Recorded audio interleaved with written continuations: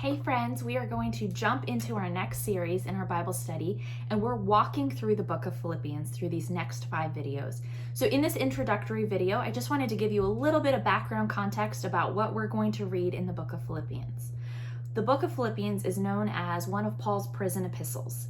And so it's estimated to have been written about 62 AD, which is late in Paul's imprisonment. And this imprisonment is with a Roman guard. It's not necessarily that Paul was in a dark and dreary cell, but more so as a imprisonment where he's under house arrest, where he may have been tied to chained to a Roman guard, but he was very much under lock and key. His movements were confined. He wasn't coming and going freely. He wasn't given a terrible experience, but he certainly wasn't given freedom as he has been used to, or the ability to minister out in the churches. So what we see that is even in his imprisonment, Paul is using the opportunity to minister to the guards in front of him, to write letters to the churches. He's not wasting any time, even if his circumstances are far from ideal. If we look in Acts chapter 16, we find the founding of the church at Philippi. We see back in the book of Acts that Luke records for us that Paul has engaged with the people of Philippi when he was on his journeys through the area, and he had met a woman named Lydia one Sabbath when he was out searching for people who were God-fearers. And so Lydia hears the gospel. She comes to faith in Jesus Christ, brings Paul and his attendants with him to her home, and we see the founding of the church at Philippi. And so Paul is writing the letter to the church of Philippi in this epistle called Philippians as a thank you, because they had given a generous gift to help the churches, and he's writing to commend their faith, to thank them for their generosity, and to encouragement.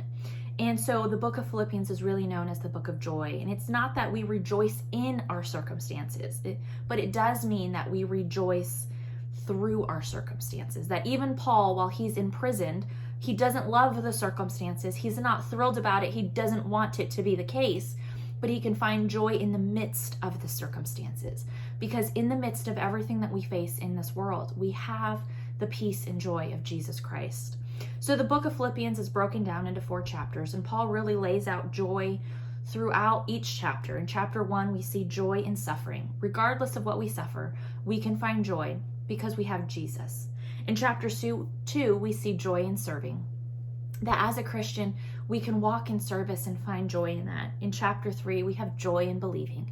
In chapter 4, we have joy in living. And so Paul really uses the Greco-Roman letter style for these epistles. He's got an introduction. He's going to give his thanksgiving. He's going to give us a lot of doctrine on the front end and a lot of practicality on the back end of this book. And then he's going to wrap it up. And so we kind of see this pattern in Pauline writing where he takes what's familiar of the day, this Greco-Roman letter style, and he infuses it with the message of the gospel.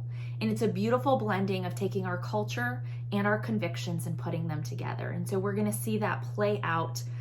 There's a couple big words in the book of Philippians, one of them being doulos, this bondservant. So Paul paints this picture of being a bondservant, being a prisoner of not the Roman Empire, but Jesus Christ as master. And he says, if I'm a servant of anything, it's a servant of Christ, and I can rejoice in that.